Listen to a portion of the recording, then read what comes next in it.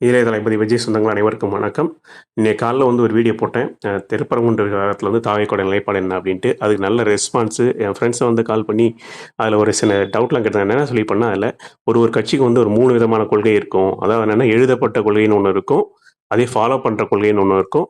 அவங்க பேசுற வெளியில வந்து பேசுற கொள்கைன்னு ஒண்ணு இருக்கும். 3 விதமா பண்ணுவாங்க. 3 விதமா இருக்கும் அப்படின்னு சொல்லியிருந்தேன். அத வந்து என்னான்னு கேட்டாங்க. அந்த டவுட் உங்களுக்கு வந்திருந்தா, அதுக்காக தான் அதுக்காக ஒரு கிளாரிஃபிகேஷன் தான் இப்ப நான் 2வது வீடியோ. பார்ட் 2 பண்ற பிளான்லாம் இல்ல. ஆனா, அது நல்ல ரெஸ்பான்ஸ் அப்படின்னா பார்ட் 2 பண்றேன். 3 விதமா நான் சொன்ன மாரி ஒரு கட்சி 3 விதமான கொள்கை. அதாவது எழுதப்பட்ட கொள்கை, அ அவங்க ஃபாலோ பண்ற கொள்கை, பேசுற கொள்கை. நம்ம அரசியல்லயே திமுக எடுத்துக்கங்க. அவங்க சொல்ற கொள்கை என்னன்னா, ஜாதி இல்ல எல்லாம் சமத்துவம் அப்படின்னு சொல்லுவாங்க. அது எழுதப்பட்ட கொள்கை. இதுக்கு திமுகவுக்கு. ஆனா ஃபாலோ பண்ற கொள்கைன்னா, அத ஃபாலோ பண்ணாங்கன்னா இல்ல. ஏன் அப்படின்னா, அவங்க வேட்பாளர் செலக்ட் பண்றதே வந்து ஜாதிய பார்த்து தான் செலக்ட் பண்ணுவாங்க. அதாவது எந்த ஏரியாவுல வந்து எந்த ஜாதி வேட்பாளர் நிறுத்துனா, அந்த வேட்பாளர் ஜெயிப்பார் அப்படின்ற மாரி ஜாதிய பார்த்து தான் செலக்ட் பண்ணுவாங்க. ஸோ எழுத்துல இருக்கிறது ஃபாலோ பண்றாங்களா?